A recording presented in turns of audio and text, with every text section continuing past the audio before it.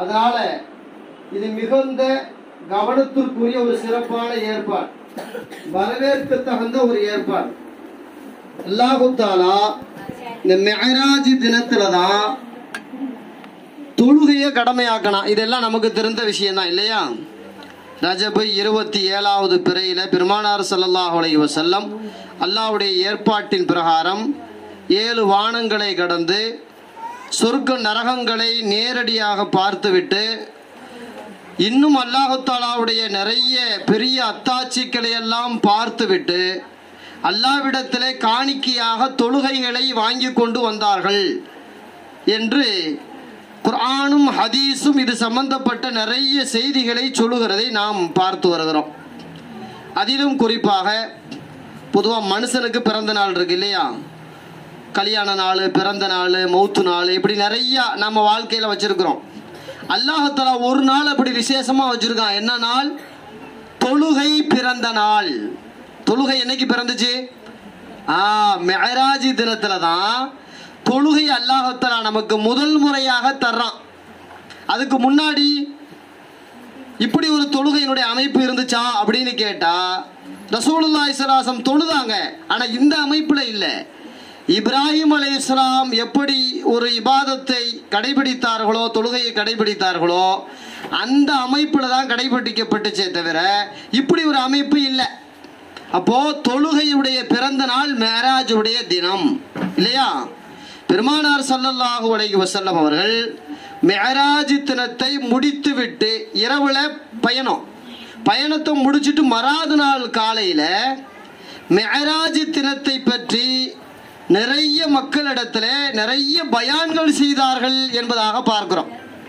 குறிப்பாக அன்னைக்கு இருந்த காபிர்கள்ட்ட, முஸ்லீம்கள்ட்ட எல்லாத்திட்டையும் பெருமானார் ஸல்லல்லாஹு அலைஹி வஸல்லம் மிஅராஜ் போனது, வந்தது, நரகத்தை பார்த்தது, சொர்க்கத்தை பார்த்தது எல்லாத்தையும் ரசூலுல்லாஹி ஸல்லல்லாஹு அலைஹி வஸல்லம் அங்கே பயான்களாக சொன்னாங்க. அந்த பயானை ஏற்றுக்கொண்டவர்கள் சிலர், அதை மறுத்தவர்கள் சிலர் இல்லையா? அப்போ மிஅராஜ் தினங்கிறது தொழுகை அமலாக்கப்பட்ட பிறந்த தினம். இந்த தினத்தை நாம் மிகவும் கவனத்தோடு கையாள வேண்டிய தினம். அல்லாஹு தஆலா குர்ஆன்ல மிஅராஜ் தினத்தை பற்றி ஒரு வசனமாவே இறக்கி தந்திருக்கிறான். அதனால தான் மிஅராஜை நம்பாதோர் மூமீனாக இருக்க முடியாது, முஸ்லீமாக இருக்க முடியாது. அப்போ மிஅராஜ் தினத்தை நம்பியே ஆகணும். சுப்ஹானல்லதி அஸ்ரா பி அப்திஹி லைலம் மினல் மஸ்ஜிதில் ஹராமி இலல் மஸ்ஜிதில் அக்ஸா. அல்லாஹ் குர்ஆன்ல இந்த வசனத்தை பதிவு செஞ்சிருக்கிறான். அதாவது தன்னுடைய அடியாரை ஒரு இரவில மஸ்ஜிதுல் ஹராம் என்ற கஅபாவில் இருந்து மஸ்ஜிதுல் அக்ஸா என்ற பலஸ்தீனத்தில் இருக்கக்கூடிய அந்த பள்ளிவாசல் வரை அல்லாஹ் தஆலா அழைத்து சென்றான் அப்படின்னு அல்லாஹ் குர்ஆன்லயே மிஅராஜ் தினத்தை தெளிவாக அல்லாஹ் பதிவு செய்திருக்கிறான். அப்போ மிஅராஜ் தினம் இருக்குது. மிஅராஜ் தினத்தில் நிறைய செய்திகள் சொல்லப்பட்டிருக்கு. அல்லாஹு அக்பர். மிஅராஜை பற்றி மட்டும் பேசணும்னா கிட்டத்தட்ட ஒரு குறைஞ்சது 4-5 மணி நேரம் வேணும். அவ்வளவு தகவல்களை நபிகள் நாயகம் ஸல்லல்லாஹு அலைஹி வஸல்லம் நமக்கு சொல்லியிருக்கிறாங்க. சொர்க்கத்தை நேரடியாக ரசூலுல்லாஹ் பார்த்தாங்க, நரகத்தை நேரடியாக பார்த்தாங்க. உலகத்தில் மனுஷனா பிறந்த யாராவது சொர்க்க நரகத்தை பார்த்துருக்காங்களா? ரசூலுல்லாஹி ஸல்லல்லாஹு அலைஹி வஸல்லம் மட்டும்தான் பார்த்துருக்காங்க. வேற யாரும் நேரடியாக சொர்க்கத்தை பார்த்தது கிடையாது. ரசூலுல்லாஹ் பார்த்துருக்குறாங்க. அல்லாஹ் தஆலா குபுரான்னு ஒரு வார்த்தையை சொல்றான். பெரிய அத்தாட்சிகளை பெருமானார் ஸல்லல்லாஹு அலைஹி வஸல்லம் அவர்கள் பார்த்தார்கள், நாம் காட்டினோம் அப்படிங்கிற அல்லாஹ் தஆலா. பெரிய அத்தாட்சினா நிறைய அதுக்குள்ள அடக்கமாகும். அதாவது சொர்க்கம் நரகம் அதுக்குள்ளே அடக்கம். அப்போ ரசூலுல்லாஹி ஸல்லல்லாஹு அலைஹி வஸல்லம் நேரடியாக சொர்க்க நரகத்தை பார்த்தாங்க. பார்த்துட்டு ஒரு வார்த்தை சொன்னாங்க, அதான் இங்கே கவனிக்க வேண்டியது. நான் சொர்க்கத்தில் ஏழைகளை நிறைய பார்த்தேன், அப்பாவியான மனிதர்களை நிறைய பார்த்தேன் அப்படின்னு ரசூலுல்லாஹி ஸல்லல்லாஹு அலைஹி வஸல்லம் சொன்னாங்க. அதே மாதிரி ரசூலுல்லாஹி ஸல்லல்லாஹு அலைஹி வஸல்லம் அடுத்து சொன்னாங்க, நரகத்தில் நான் காட்சியாக பார்த்தேன், அங்கே நிறைய பெண்கள் இருப்பதை பார்த்தேன் பெருமானார் ஸல்லல்லாஹு அலைஹி வஸல்லம் சொன்னாங்க. புகாரியில் இப்படி ஒரு நபி மொழி பதிவு செய்யப்பட்டிருக்கு. உரித்துன்னார இதா அக்ஸரு அஹ்லிஹன் நிசாவ். நான் நரகத்தில் நிறைய பெண்கள் இருப்பதாக பார்த்தேன், எனக்கு அப்படி ஒரு காட்சி பொருள் காட்டப்பட்டது. அப்போ ரசூலுல்லாஹி ஸல்லல்லாஹு அலைஹி வஸல்லம் சொன்னாங்க, என்ன காரணம்? நரகத்தில் நிறைய பெண்கள் இருக்கிறாங்க. யக்ஃபுர்ன, நிராகரிக்கும் குணம் அவர்களிடத்தில் இருக்கிறது, அதனால அவங்க நரகத்தில் நிறைய இருக்கிறாங்க அப்படின்னு சொன்னாங்க. இப்போ சஹாபாக்களை கேட்டாங்க, நிராகரிக்கிறதுனா மறுக்கிறதுனா அல்லாஹ்வை மறுக்கிறாங்களா? அல்லாஹ் இல்லைன்னு சொல்றாங்களா, அப்படி ஒரு தன்மை பெண்கள்கிட்ட இருக்கா? இல்லை இல்லை, அப்படியெல்லாம் கிடையாது. வேற மறுக்கிற தன்மை இருக்கு. என்ன தன்மைன்னு கேட்டா, கணவன் மனைவியாக ஆன பிறகு அந்த கணவன் வாழ்நாள் முழுக்க அந்த மனைவிக்கு நிறைய உபகாரங்களை செய்வான். உடுத்துறதுக்கு, உண்ணுறதுக்கு, இருப்பிடத்துக்கு நிறைய எக்கச்சக்கமான உபகாரம் பெண்களுக்கு கணவன்மார்கள் செஞ்சாலும் கூட மனைவி என்னைக்காவது ஒரு நாள் இதை செய்யுங்களேன்னு சொல்லியிருப்பா. அந்த கணவர் அன்னைக்கு நேரத்துக்கு செய்ய முடியாமல் போயிருக்கும். இப்போ செய்ய முடியாது, பிறகு பார்க்கலாம் அப்படின்னு சொல்லியிருப்பாரு. அப்போ அந்த மனைவி அந்த நேரத்தில் சொல்லுவா, மா ரஐத்து மின்க கைரன் கத்து, ஒரு வார்த்தை சொல்லிடுறா, வாழ்நாளில் உன்னை கல்யாணம் பண்ணி எந்த நன்மையும் நான் காணவில்லை அப்படின்னு சொல்லி முடிச்சிடுறா. வாழ்நாளில் நிறைய நன்மையை கணவனிடத்திலிருந்து அனுபவித்த பெண் தான் ஒரு சின்ன உபகாரம் தனக்கு நடக்கலைன்னு சொன்ன உடனே வாழ்நாள் முழுக்க உன்னால எந்த பயனும் இல்லை அப்படின்னு சொல்லிடுவான். இந்த கிராமத்து மொழியில சொல்றதா இருந்தா எப்படி சொல்லுவாங்க, உன்னை கட்டி என்ன சுகத்தை கண்டேன்னு சொல்லிடுவா பொம்பளை. அந்த ஒரே ஒரு வார்த்தை தான் அவர்களை நரகத்தை நிரப்பமாக கொண்டு போய் சேர்க்கிறது அப்படின்னு பெருமானார் ஸல்லல்லாஹு அலைஹி வஸல்லம் சொல்றாங்க. இப்போ இந்த ஹதீஸ் நமக்கு சொல்ற பாடம் என்னன்னு கேட்டா, ரசூலுல்லாஹ் நரகத்தில் நிறைய பெண்களை பார்த்தார்கள், அவர்களிடத்தில் இந்த நன்றி கெட்ட குணம் இருக்கிறது, இது வந்துடக்கூடாதுன்னு சொல்றாங்க. அவ்வளவுதான். வந்துருச்சுன்னு ரசூலுல்லாஹ் சொல்லல. பெண்களே, பெண் சமுதாயமே, உங்கள் கணவன்மாரிடத்தில் நீங்கள் நன்றியோடு நடந்து கொள்ளுங்கள். நன்றி கெட்டத்தனமாக நடக்கும் பொழுது உங்களுடைய இருப்பிடம் நரகமாக ஆகிவிடக் கூடாது அப்படின்னு எச்சரிக்கிறாங்க. ஆனா பெருமானார் ஸல்லல்லாஹு அலைஹி வஸல்லம் உலகத்திலே பிடித்தது யாரு தெரியுங்களா? பெண்களை ரொம்ப பிடிக்கும்.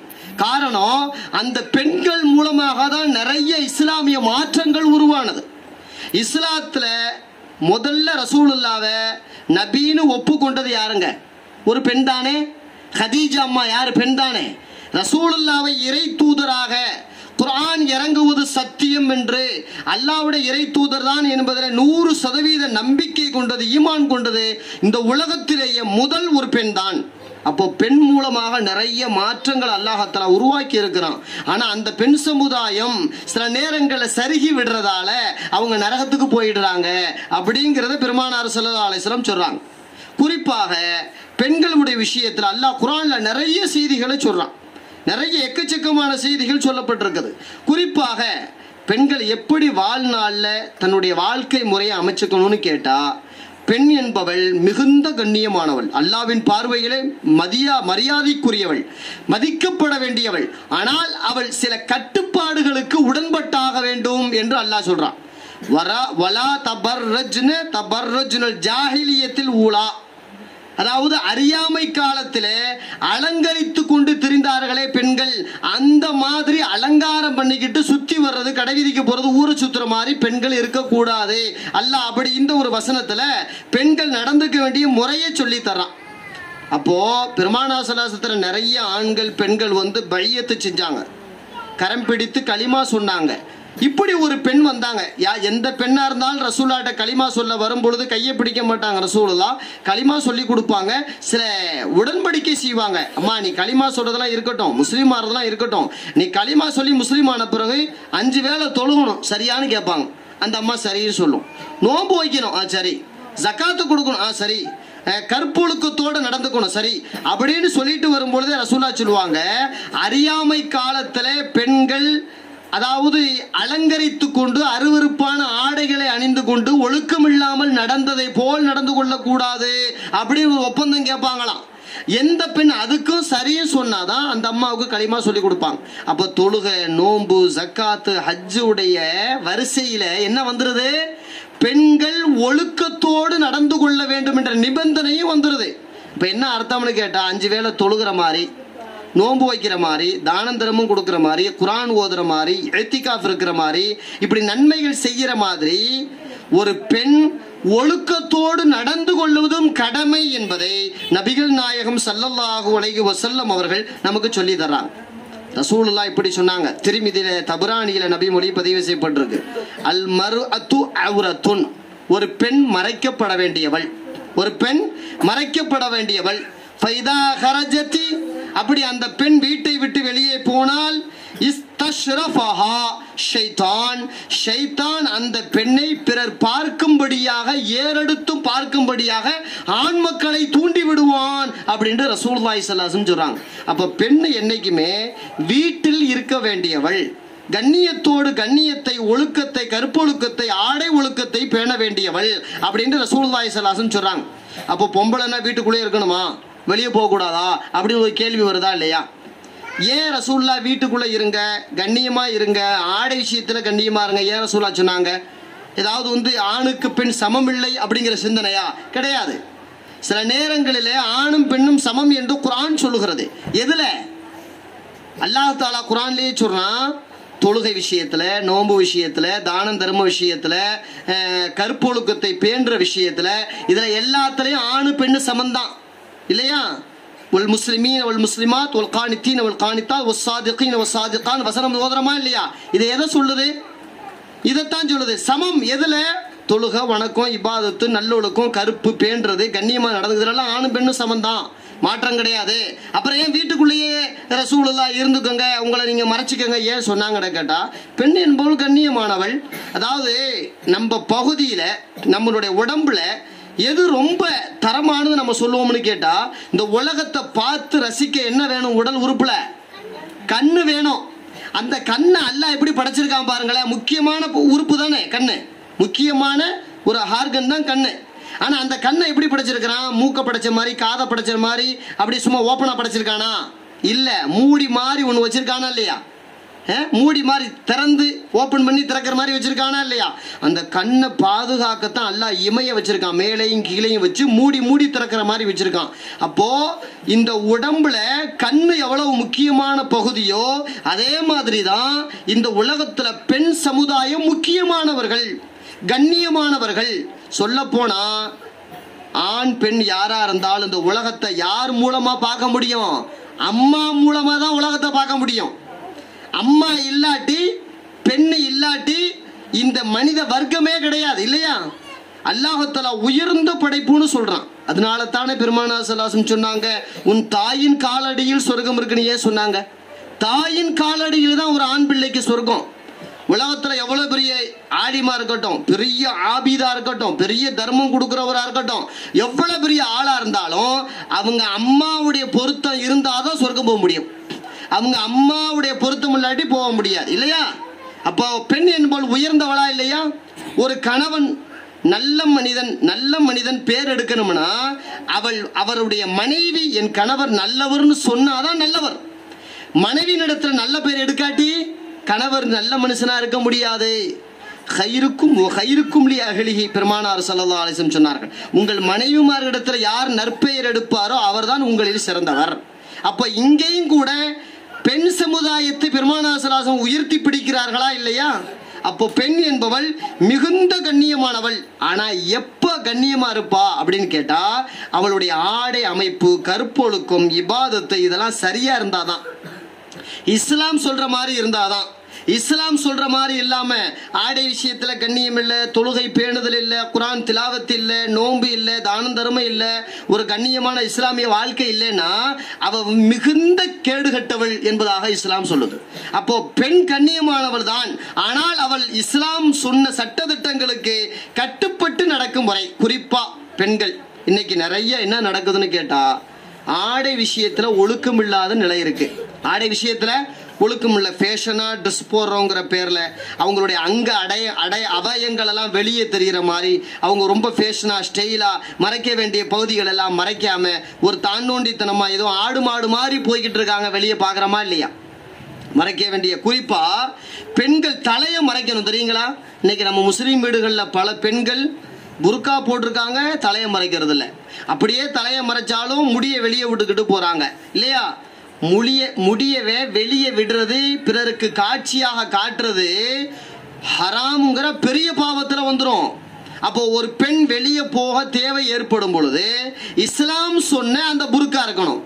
நாம் வச்சிருக்கிறதெல்லாம் புர்கா கிடையாது. இஸ்லாம் ஒரு புர்காவை சொல்லுது. என்ன புர்கா சொல்லுது? அதாவது முடிந்தவரை உங்கள் முகங்களை மறைத்து உங்களோட உடல் உறுப்புகள் அனைத்தையும் மறைத்துக் கொள்ளுங்கள். கண்ணு பகுதியை மட்டும் திறந்திருந்த மாதிரி நீங்க உங்களுடைய ஆடை அமைப்பு புர்காவுடைய அமைப்பை பேணுங்கள். பெருமானார் ஸல்லல்லாஹு அலைஹி வஸல்லம் சொல்லக்கூடிய இந்த அமைப்பு இப்படித்தான் இருக்கு. வேற அதாவது ரசூலுல்லாஹி ஸல்லல்லாஹு அலைஹி வஸல்லத்துக்கு அல்லாஹ் தஆலா ஒரு வசனத்தை இறக்கி வைக்கிறான். இந்த புர்காவுடைய வசனத்தை இறக்கி வைக்கிறான். அந்த வசனம் வரும் பொழுது ரசூலுல்லாஹி ஸல்லல்லாஹு அலைஹி வஸல்லத்திட்ட அந்த பெண்கள் நடந்துகிட்ட முறை எப்படின்னு பார்க்கும் பொழுது அல்லாஹ் இப்படி ஒரு வசனத்தை சொல்றான். வயதுரிபுன பிஹுமூரிஹின்ன அலா ஜுயூபிஹின்ன அப்படின்னு ஒரு வசனத்தை அல்லாஹ் இறக்கி வைக்கிறான். உங்களுடைய முக்காடுகளை உங்களுடைய தலை துணிகளை தலையோடு சேர்த்து மார்பையும் மறைத்துக் கொள்ளுங்கள் அப்படின்னு ஒரு வசனத்தில் அல்லாஹ் சொல்றான். அப்ப ஏன் அல்லாஹ் இப்படி சொல்றான்னு கேட்டா, அதுக்கு முன்னாடி பொம்பளைங்க எப்படி புர்கா போடுவாங்கன்னு கேட்டா, அவங்களுடைய அந்த மறைப்பொருள் அப்படியே வெளியே தெரியுமா, சும்மா அறகுறையா உடுத்துவாங்க ஆடை. குறிப்பா மார்பிள அதை ஒரு துணியை போட்டு கண்ணியமாக போர்த்தி ஒரு கண்ணியமாலாம் வச்சுக்க மாட்டாங்களாம். சும்மா ஆடு மாடு மாதிரி ட்ரெஸ் உடுத்திட்டு இருப்பாங்க. ட்ரெஸ்ல ஒரு பேணுதல் இல்லாமல் இருந்துச்சு. அது ஒரு அருவருப்பான நிலையை உண்டாக்குச்சு. அல்லாஹ் தஆலா அந்த வசனத்தை இறக்கி வச்சான். அதாவது இரவு நேரத்தில் அந்த வசனம் இறங்குச்சு. அப்போ சஹாபாக்கள்லாம் அந்த சபையில் இருந்தவங்களாம் நேராக தன்னுடைய வீட்டுக்கு போனாங்க. தன்னுடைய தாயிட்ட, தன்னுடைய மனைவிட்ட, தன்னுடைய சகோதரிட்ட, தன்னுடைய பெண் பிள்ளைகள்கிட்ட போய் சொன்னாங்க, இப்படி ஒரு வசனம் வந்துருச்சு, நீங்க உடல் முழுக்க ஆடை போர்த்தணுமா, அல்லாஹ் வசனத்தை இறக்கி வச்சுட்டான் அப்படின்னு சொன்ன உடனே அந்த பெண்களுடைய நிலை எப்படி தெரியுங்களா இருந்துச்சு? கேட்டவங்க தாய்மார்கள், குழந்தை, பெண் பிள்ளைகள், சகோதரிகள், மனைவிமார்கள் எப்படி மாறிட்டாங்கன்னு கேட்டா, தன்னுடைய ஆடையினுடைய கீழ் பகுதியை வேகமா கிழிச்சு உடனே தலையோட மார்போட சேர்த்து உடனே பொத்திக்கிட்டாங்களாம். மறாவது நாள் தொழுகைக்கு அவங்க அந்த தொழுகையினுடைய நிலை எப்படி ஆகி போச்சுங்கிறத ஆயிஷா ரலியல்லாஹு தஆலா அன்ஹா அவங்க சொல்றாங்க. அன்ன அலா ரூசி, அதாவது அன்ன அலா ரூசி ஹின்னல் கிர்பான் அப்படிங்கிறாங்க. அதாவது அன்னைக்கு நாங்கள் அந்த பெண்களை பார்க்குறோம், அந்த ஆடையை பொத்துங்கன்னு சொன்னதுக்கு பிறகு அந்த பெண்களுடைய தலைப்பகுதியை பார்க்குறோம், ஏதோ கருப்பு காகங்களை போல தலையும் மார்பும் உடல் முழுக்க போர்த்தி கொண்டு ஏதோ ஒரு கருப்பு காகம் நடக்கிற மாதிரி அந்த பெண்களோட உடல் அமைப்பு இருந்துச்சு அப்படிங்கிறாங்க. ஆடை அப்படி உடனே, அதாவது நாளைக்கு செய்வோம் பரவாயில்ல, இப்பதானே இறங்கியிருக்கு பர்தாவுடைய விஷயம், இப்ப என்ன ஒரு 2 நாள் கழிச்சு அதுக்குன்னு தனியா ஒரு ட்ரெஸ்ஸை தயார் பண்ணி அப்புறம் டைலர்ட்ட கொடுத்து அடிச்சு கிடிச்சு 2 நாள் ஆகட்டும் அப்படின்னு அந்த பொம்பளைங்க இருந்தாங்களா? இல்ல. அந்த பெண்கள் எப்படி இருந்தாங்க? அந்த வசனம் இறங்கின உடனேயே தன்னுடைய ஆடை ஒரு பகுதியை கிழிச்சு அவங்க அப்படியே பக்காவா கருப்பு ஆடையாக போர்த்திக்கிட்டாங்களாம். அதனாலதான் சொல்லப்படுது, சஹாபிய பெண்களுடைய புர்கா எந்த நேரத்துல இருந்துச்சு? கருப்பு ஆடையில மட்டும்தான் இருந்துச்சு. இன்னைக்கு எத்தனை வகை வகையான வண்ணத்துல புர்கா போடுறோம் இல்லையா? வண்ணமான புர்காக்கள், நபி தோழிகள் புர்கா அப்படி இல்ல, கருப்பு ஆடையா தான் இருந்துச்சான். கிர்பான்னு சொன்னா கண்ணு கரேன்னு இருக்கிற காகத்துக்கு சொல்ற அரபி வார்த்தை. ஆயிஷா அம்மா சொல்றாங்க, கண்ணு கரேன்னு இருக்கக்கூடிய ஒரு காகத்தை போல அந்த பெண்களை நாங்கள் பார்த்தோம் அப்படின்றாங்க இல்லையா? அப்போ புர்காவுல ரொம்ப மிகுந்த கவனம் தேவை. பெருமானார் ஸல்லல்லாஹு அலைஹி வஸல்லம் சொல்லுவாங்க, பெண்கள் நீங்க வெளியே போகும்போது நறுமணம் பூசக்கூடாது. இப்ப நாம இன்னைக்கு நிறைய பொம்பளைங்க எப்படி போறாங்க? தலை நிறைய மல்லி போச்சுட்டு போறாங்க. அந்த அம்மா அங்க போச்சுன்னா 2 தெருவுக்கு மனம் வருது. சில பெண்களை, காலேஜ் போற பெண்கள், நம்மளுடைய வயசு பிள்ளைங்க எப்படி போறாங்க? ஸ்ப்ரே அடிச்சுக்கிறாங்க, அத்தர் பூசிக்கிறாங்க, எவ்வளவு கமன்னு வெளியே போக முடியுமோ போறாங்க. மார்க்கத்தின் பார்வையில இது ஹராம், செய்யக்கூடாது. அதுக்காக வேண்டி நாத்தத்தோட கப்போட வெளியே போலாமான்னு கேட்டா அதுவும் கூடாது. ஆடை சுத்தமா இருக்கணும், உடல் மேனி சுத்தமா இருக்கணும், குளிச்சிருக்கணும், நல்ல ஆடை தான் உடுத்தணும். அப்படி போறது தப்பு இல்லை. ஆனால் நறுமணம் பிறரை கவரும் வண்ணமாக இருக்கிறது தான் தப்புண்டு பெருமானார் ஸல்லல்லாஹு அலைஹி வஸல்லம் அவர்கள் ஆடை விஷயத்துல சொல்றாங்க. வீட்டை விட்டு பெண்கள் வெளி வாசலுக்கு போனா கூட தலையில துணி இருக்கணும். அந்த துணி சும்மா லேசா சல்லடை மாதிரி இருக்கக்கூடாது. சல்லடை மாதிரி சில பெண்கள் உடுத்துறாங்களா இல்லையா? அந்த துணியை உடுத்தினாலும் அந்த மேனி வெளியே தெரியும். என்ன சேலை கட்டியிருக்காங்க, என்ன சுடிதார் உடுத்திருக்கிறாங்க அப்படிங்கிற வரைக்கும் அந்த ஆடை அமைப்பு வெளியே தெரியுது. அந்த மாதிரி ஆடை அமைப்பு இருக்கக்கூடாது. ஒரு கண்ணியமான ஆடை அமைப்பாக அந்த ஆடையை உடுத்தினா நம்மளுடைய உடம்புல ஒரு பிட்டு கூட வெளியே தெரியக்கூடாது. சஹாபிய பெண்களை பாருங்களேன், அவங்களுடைய வரலாறை கொஞ்சம் உற்று பாருங்களேன். அவங்க ஆடை அமைப்புலாம் எப்படி இருந்துச்சுன்னு அபூ தாவூதுல இப்படி ஒரு நபி மொழி பதிவு செய்யப்பட்டிருக்கு. உம்மு ஹல்லாத் ரலியல்லாஹு தஆலா அன்ஹா, அந்த அம்மா, ஒரு யுத்த களம் முடிஞ்சிருச்சு. அந்த அம்மா தன்னுடைய வயசு பையனை யுத்தத்துக்கு அனுப்பியிருந்தாங்க. அந்த அம்மாவுக்கு சொல்லப்பட்டுச்சு தகவல், அம்மா உன்னுடைய மகனை நீ யுத்தத்துக்கு அனுப்பியிருந்த, உன் மகன் அங்கே எதிரிகளால் கொல்லப்பட்டு ஷஹீத் ஆயிட்டாரு, உன் மகன் ஷஹீத் ஆயிட்டாரு, வீர மரணம் அடைந்து விட்டார் அப்படின்னு சொன்ன அந்த அம்மா என்ன பண்ணாங்க, வீட்டுல இருந்து நேரா யுத்த களத்துக்கு போயிட்டாங்க. யுத்த களத்துக்கு போய் மகன் எங்க வெட்டி எங்க என்னுடைய ஆறுயிர் மகன் கிடக்குறான் அப்படின்னு தேடிக்கிட்டே வரும்பொழுது சஹாபாக்கள் கேட்டாங்க, யார் இது? உம்மு கல்லாதா? ஆமா. உன் மயன் ஷஹீத் ஆயிட்டார் தெரியுமா? தெரியும். அதுதான் எங்க மயன் எங்க கிடக்குறாருன்னு தெரியலையே, அவரை தூக்கிக்கிட்டு போய் அடக்கம் பண்ணணும்ல, நான் மட்டும்தான் வீட்டுல இருக்கிறேன், என் மகனுக்கு வேற ஆள் கிடையாது, என் குடும்பத்துல வேற ஆம்பளை இல்ல, நானும் என் மயன் மட்டும்தான், என் மயனை எடுத்துட்டு போறதுக்கு நான் வந்திருக்கேன் அப்படின்னு தேடும் போடுறாங்க. இப்ப சஹாபாக்கள் கேட்டாங்களாம், யுத்த களத்துல வந்த போது கூட உன் பேரை சொன்னாதான் உம்மு கல்லாதுன்னு தெரியுது, அந்த அளவுக்கு உடம்பு முழுக்க போத்திக்கிட்டு புர்கா போட்டுக்கிட்டு முகமூலாம் மூடி கையெல்லாம் மூடி காலெல்லாம் மூடி ஒரு பிட்டு கூட தெரியாத அளவுக்கு ஒரு சோகமான நேரத்துல கூட உன் மயனை தேடி வந்திருக்கிறியம்மா, சோகமான நேரத்துல கூட. எப்படி இந்த உலகத்திலேயே ஆதரவாய் இருந்த ஒரு மயன், அந்த ஒரு மயன் இழந்த நேரத்துல கூட பேணுதலா அப்ப கூட உன் ட்ரெஸ்ஸ கரெக்ட் பண்ணிக்கிட்டுல நீ வந்திருக்கிற அப்படின்னு ஆச்சரியமா கேட்டாங்களாம் சஹாபாக்கள்.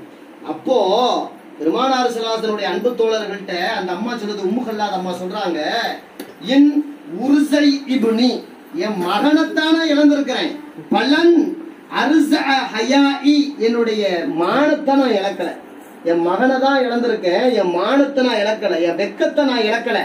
வெக்கத்தை இழந்தவள் தான் ஆடை அமைப்பில கொஞ்சம் முன்னாடி பின்னாடி இருப்பான்னு நம்ம சொல்றாங்க. அதாவது புர்காங்கிற பேர்ல போட்டுக்கிட்டு உடல் அமைப்பு எல்லாம் வெளியே தெரிஞ்சா அந்த அம்மாவுடைய பார்வையில வெக்கம் கட்டவன்னு அர்த்தமா. வெக்கம் கட்டவ முகத்தை மூடணும் போட்டு தெருவுல நடந்து போனா பார்க்காதவனு திரும்பி பார்க்கிற அளவுக்கு அந்த டிசைன் இருக்கு. அல்லாஹ் பாதுகாப்பானாக. புர்கா அப்படி இருக்க கூடாது. அதாவது முழுமையாக இருக்கணும், யாரும் நம்மை பார்க்காத அளவு இருக்கணுமா. பாத்திமா அம்மாவை பத்தி ஒரு தகவல் இருக்கு, தஃசீர்கள்ல எழுதுறாங்க. பாத்திமா அம்மாவை பத்தி இப்படி ஒரு தகவல் இருக்குதான்.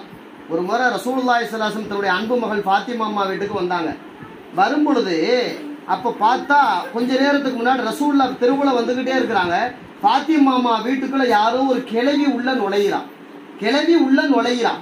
நுழைஞ்சு முடிஞ்ச உடனே பாத்திமா அம்மா சலாம் கொடுத்துட்டு, அதாவது உள்ள நுழைஞ்ச உடனே ரசூலுல்லாஹ் சலாம் கொடுத்து வீட்டுக்குள்ள போனாங்க. மகளுடைய வீட்டுக்குள்ள போனோடனே கேட்டாங்க மகள்கிட்ட, ஏமா உன் வீட்டுக்குள்ள ஒரு பெரிய மனுஷி ஒரு மூதாட்டி உள்ள நுழைஞ்சாலே எங்கன்னு கேட்டாங்க. எந்த மூதாட்டி? நான் தானே இருக்கிறேன், எந்த கிழவியும் வீட்டுக்குள்ள பெரிய மனுஷில யாரும் வரலையே அப்படின்னு. இல்லம்மா நான் பார்த்தம்மா, உன் வீட்டுக்குள்ள கொஞ்ச நேரத்துக்கு முன்னாடி உள்ள போனாங்கம்மா அப்படின்னு. அப்பதான் பாத்திமா அம்மா சொன்னாங்களாம், யார சூழலா நீங்க பார்த்தது உண்மைதான், வீட்டுக்குள்ள பெரிய மனுஷி யாரும் கிடையாது, நான் அல்லாஹ்ட்ட எப்படி துவா செஞ்சிருக்கேன், இறைவா நான் வீட்டை விட்டு வெளியே போகும் பொழுது பிறர் பார்வைக்கு என்னை ஒரு கிழவியாக காட்டு. ஏன்னா கிழவியா காட்டுனாதான் தப்பான எண்ணம் வரா. எப்படி துவா செய்றாங்க பாருங்க.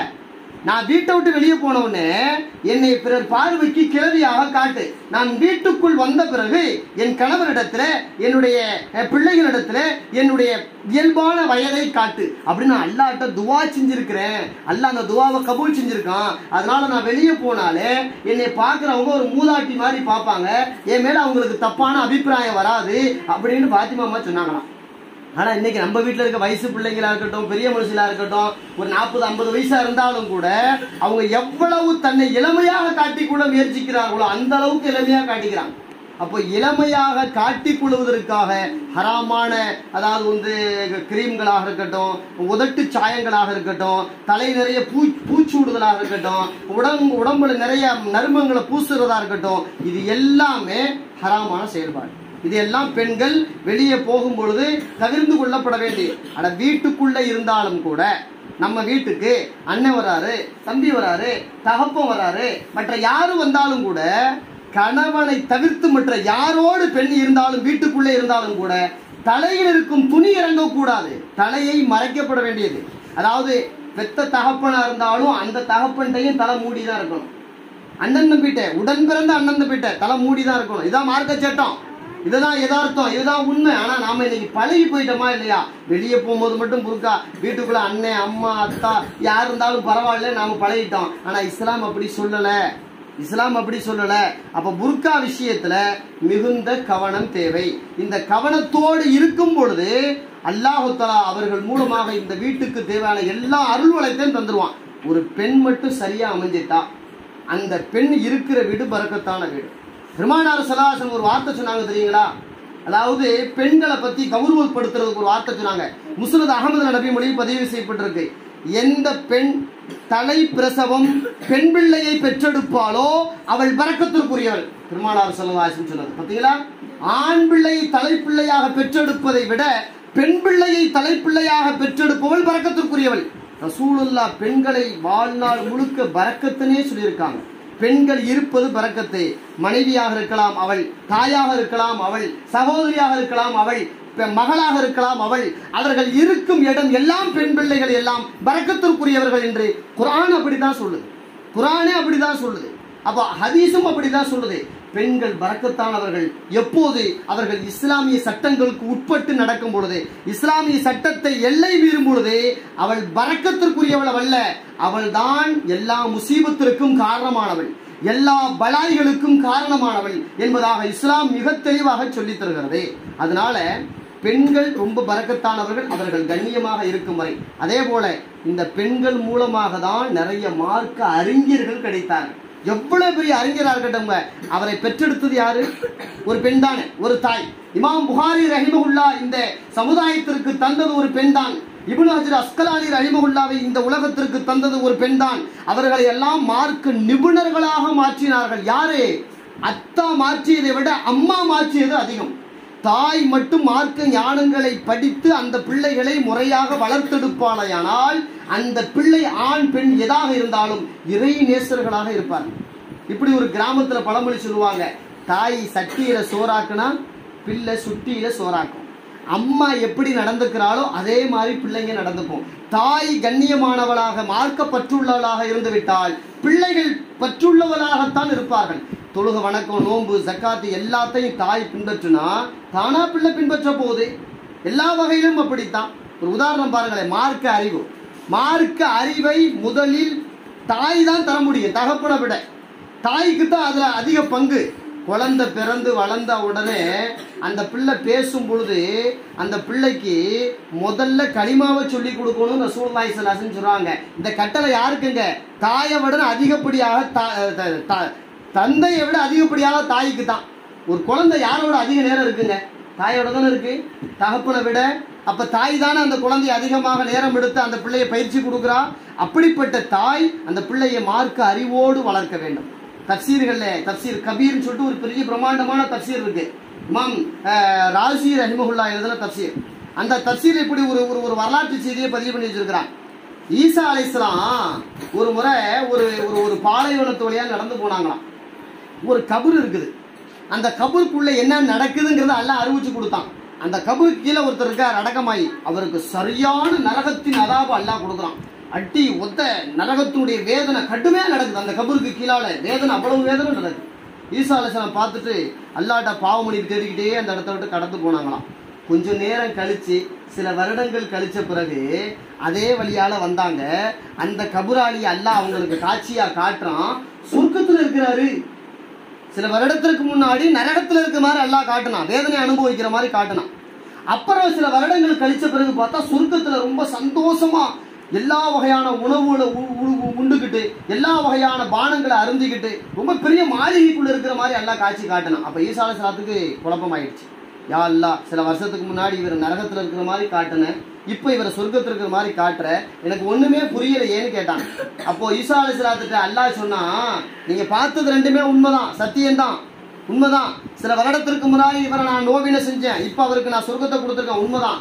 என்ன காரணம்னு கேட்டா, வாழ்நாள் முழுக்க அந்த ஆள் நிறைய பாவம் பண்ணான், அதனால அவனை நரகத்துல போட்டேன். ஆனா அந்த ஆள் மௌத்தா போகும் பொழுது அவன் மனைவி மாசமா இருந்தான், கர்ப்பமா இருந்தா அந்த ஆள் மௌத்தா போன பின்னாடி அவன் ஒரு குழந்தைய பெத்தெடுத்தா.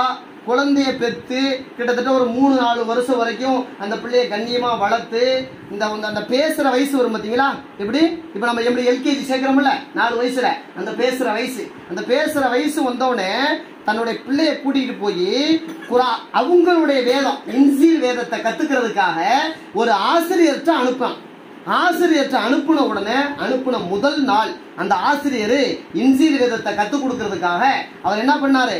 குர்ஆனை ஓத கத்துக் கொடுக்கறதுக்கு முன்னாடி ஹஸ்ரத்மார் நமக்கு என்ன கத்துக் கொடுப்பாங்க? பிஸ்மில்லா சொல்ல கத்துக் கொடுப்பாங்களா இல்லையா? முதல்ல பிஸ்மில்லா சொல்லுப்பா, அப்புறம் குர்ஆனுக்கு வரலாம் சொல்லுவோமா இல்லையா? அந்த மாதிரி அந்த ஆசிரியர் என்ன பண்ணாராம்? அந்த பிள்ளைக்கு பிஸ்மில்லாஹிர் ரஹ்மானிர் ரஹீம் சொல்லுப்பா அப்படின்னு சொன்னாங்களாம்.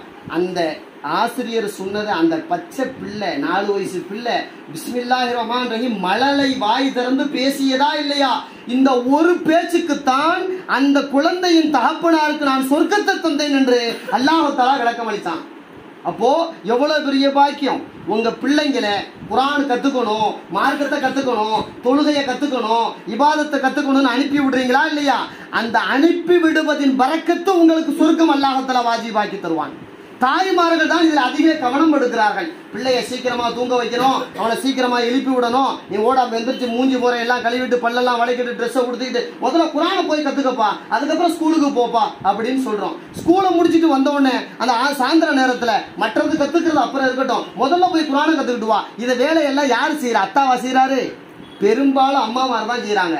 அப்போ நீங்க ஓதுற ஒவ்வொரு அலிபேய்க்கும், ஒவ்வொரு பிஸ்மில்லாவுக்கும், ஒவ்வொரு வசனத்துக்கும் உடனடியாக உங்கள் தாய்மார்களுக்கு, அந்த பிள்ளைகளுக்காக சிரமப்படக்கூடிய தாதிமார்களுக்கு, நானிமார்களுக்கு அவங்களுக்கு அல்லாஹ் தஆலா உடனே நன்மையை பதிவு செஞ்சுக்கிட்டே இருக்கிறான். பெரிய பாக்கியமா இல்லையா? சில நூறுகளை தான் செலவழிக்கிறோம் குர்ஆனுக்காக, ஆனால் கோடிக்கணக்கான நன்மைகளை இதன் மூலமாக உங்களுக்கு கிடைக்கிறது என்பதை ஈசா அலைஹிஸ்ஸலாம் அவர்கள் மூலமாக அல்லாஹ் தஆலா இங்கே உணர்த்துகிறான் என்று பார்க்கிறோம். அவ்வளவு புண்ணியமான செய்தி என்று பார்க்கிறோம். பெருமானார் ஸல்லல்லாஹு அலைஹி வஸல்லம் அவர்கள் சொன்னார்கள், மன் அல்லம வலதஹு ஆயத்தம் மினல் குர்ஆன். 1000 தங்க காசுகளை அவ்வப்போது தானம் தர்மம் கொடுத்த கூலி. இந்த எல்லா கூலியும் அல்லாஹ் தஆலா எதுக்கு தர்றான்? ஒரு பிள்ளைக்கு குர்ஆன்ல இருந்து ஒரு வசனத்தை கற்றுக் கொடுத்தால் அதற்கு தரப்படுகிறது. அப்போ ஒரு வசனம் கத்துக்கிறதுக்கு நம்ம அனுப்பல, மொத்த குர்ஆனையும் கத்துக்கிறதுக்கு மதரசாவுக்கு அனுப்புறோமா இல்லையா? அப்போ எவ்வளவு நன்மை! உங்க பிள்ளை அலிஃப் லாம் மீம் அப்படின்னு ஓதுனா 3 எழுத்து இல்லையா? ஒரு எழுத்துக்கு ரசூலுல்லாஹ் 10 நன்மைன்றாங்க, 30 நன்மை ஆகி போச்சு. ஓதுனவருக்கு 30 நன்மை, ஓதி கொடுத்த அஜரத்துக்கு 30 நன்மை, ஓதுறதுக்கு பிள்ளைய அனுப்பிச்சாங்களா இல்ல தாய் தாப்பேன் அவங்களுக்கு 30 நன்மை. இப்படி ஒரு எழுத்துக்கு 10ன்னா உங்க பிள்ளை அல்ஹம்து சூரா ஓதுனா எத்தனை நன்மைங்க? என்ன முடியுமா? குர்ஆனை எண்ண முடியாத அளவுக்கு நன்மையா?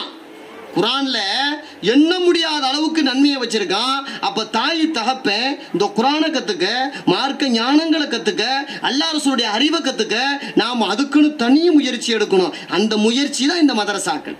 அந்த முயற்சி தான் சில இடங்கள்ல பள்ளிவாசல நடக்குது, சில இடங்கள்ல இந்த மாதிரி ஒரு ஆலிமுடைய ஏற்பாடுல அவங்க வீடு வாசல்ல நடக்குது, சில இடங்கள்ல மதரசான்னு கட்டி வச்சு அதுக்குன்னு ஒரு முயற்சி செஞ்சு நடக்குது.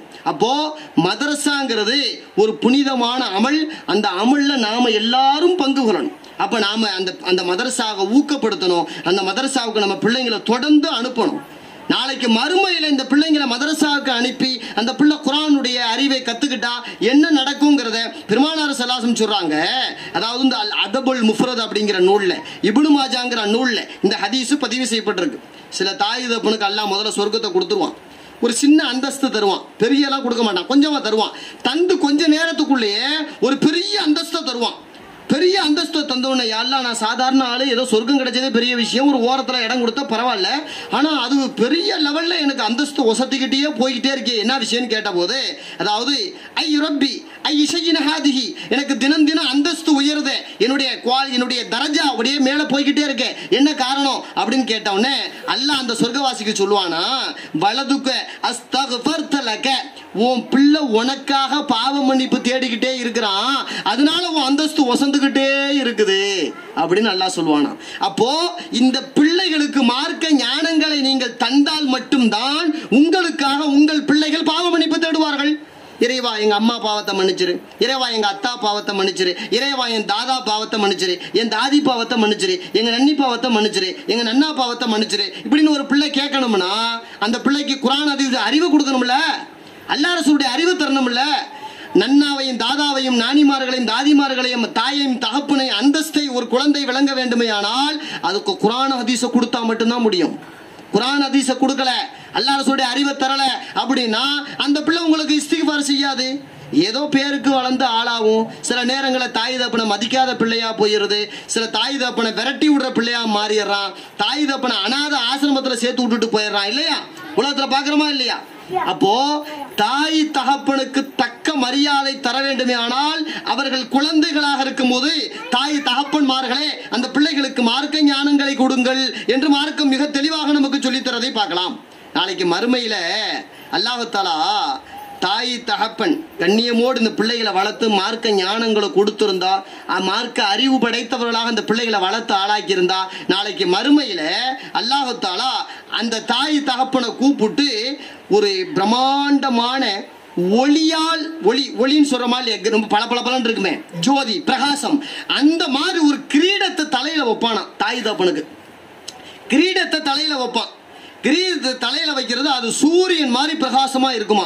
அதே மாதிரி உயர்தரமான ஆடைகள் அவங்களுக்கு கொடுத்து நீங்க உடுத்திக்கங்கன்னு சொல்லுவான் அல்லாஹ் தஆலா. அப்ப அந்த தாய் தகப்பன் கேட்பாங்களாம், இவ்வளவு பிரமாண்டமான கிரீடம் உயர்தரமான ஆடைகள் எங்களுக்கு தரப்படுகிறதே, நாங்கள் அவ்வளவு பெரிய இபாதத்தெல்லாம் செய்யலையே, ஆனா எங்களுக்கு தரப்பட்டிருக்க என்ன காரணம் அப்படின்னு அல்லாஹ்ட்ட கேட்கும் போது அல்லாஹ் சொல்லுவான், பி அகதி வலதிக்குமல் குர்ஆன், உங்கள் பிள்ளைகளுக்கு நீங்கள் குர்ஆனை கொடுத்ததால் அந்த குர்ஆனுடைய பரக்கத்து உங்களுடைய தலைகளில் கிரீடங்கள் அணிவிக்கப்படுகிறது, உயர்தரமான ஆடைகள் தரப்படுகிறது, நீங்களை உயர்ந்த அந்தஸ்துக்கு உங்களை உயர்த்தப்படுகிறது அப்படின்ட்டு பெருமானார் ஸல்லல்லாஹு அலைஹி வஸல்லம் அல்லாஹ் சொல்லக்கூடியதை நமக்கு விளக்கமாக சொல்லித் தருகிறார்கள் என்று பார்க்கிறோம். அதனால இந்த நன்னாள் இந்த மெராஜுடைய தினம் நமக்கு சொல்ல வருவது, பெண்களே நீங்கள் நரகத்தில் நிறைய இருக்கிறீர்கள் என்று நபி அவர்கள் பார்த்துவிட்டு வந்தாலும் கூட அதிலிருந்து நீங்கள் தப்பிக்க வேண்டுமே ஆனால் நீங்கள் 3ஐ கடைபிடியுங்கள். உங்களுடைய கணவன்மாரிடத்திலே கண்ணியத்தோடு நடந்து கொள்ளுங்கள், நன்றியோடு நடந்து கொள்ளுங்கள். அதே போல உங்களுடைய கற்பொழுக்கத்தை பேணும் வண்ணமாக கண்ணியமான ஆடைகளை உடுத்துங்கள், தொழுகைகளையும் நோன்புகளையும் தானங்களையும் தர்மங்களையும் சரியாக கடைபிடித்து வாருங்கள். உங்கள் பெற்றெடுத்த பிள்ளைகளை குர்ஆன் ஹதீஸுடைய ஞானங்களை சொல்லித்தாருங்கள். அந்த குர்ஆன் ஹதீஸுடைய ஞானங்களோடு உங்கள் பிள்ளைகளை வளர்த்து ஆளாக்குங்கள். இப்படி நீங்கள் ஆளாக்கும் பொழுது நீங்கள் எல்லோரும் சொர்க்கம் போவீர்கள் என்பதை இஸ்லாம் மிக தெளிவாக சொல்லித் தருகிறது. அந்த அடிப்படையிலே பெண் சமுதாயம் இருந்துவிட்டால் உலகம் சுபிட்சமாக ஆகிவிடும். வல்லோன் அல்லாஹ் தஆலா இந்த மெஹராஜ் தினத்தில் நமக்கு எதை பாடமாக தந்தானோ, குறிப்பாக இந்த மெஹராஜ் தினத்திலிருந்து ஐவேளை தொழுகையை நியமமாக கடைபிடிக்க அல்லாஹ் தஆலா நமக்கு அருள்பாலிப்பானாக. இஸ்லாமிய கடமைகளை முறையாக சரியாக நிறைவேற்றக்கூடிய பெரும் பாக்கியத்தை இறைவன் நமக்கு தருவானாக. இந்த பிள்ளைகளை மார்க்க ஞானமுள்ள பிள்ளைகளாக வளர்த்து ஆளாக்கக்கூடிய பண்புள்ள பெற்றோர்களாக அல்லாஹ் தஆலா நம்மை ஆக்குவானாக. வாஹிரு தஅவானா அல்ஹம்துலில்லாஹி ரப்பில் ஆலமீன். அஸ்ஸலாமு அலைக்கும் வரஹ்மத்துல்லாஹி வபரகாத்துஹு.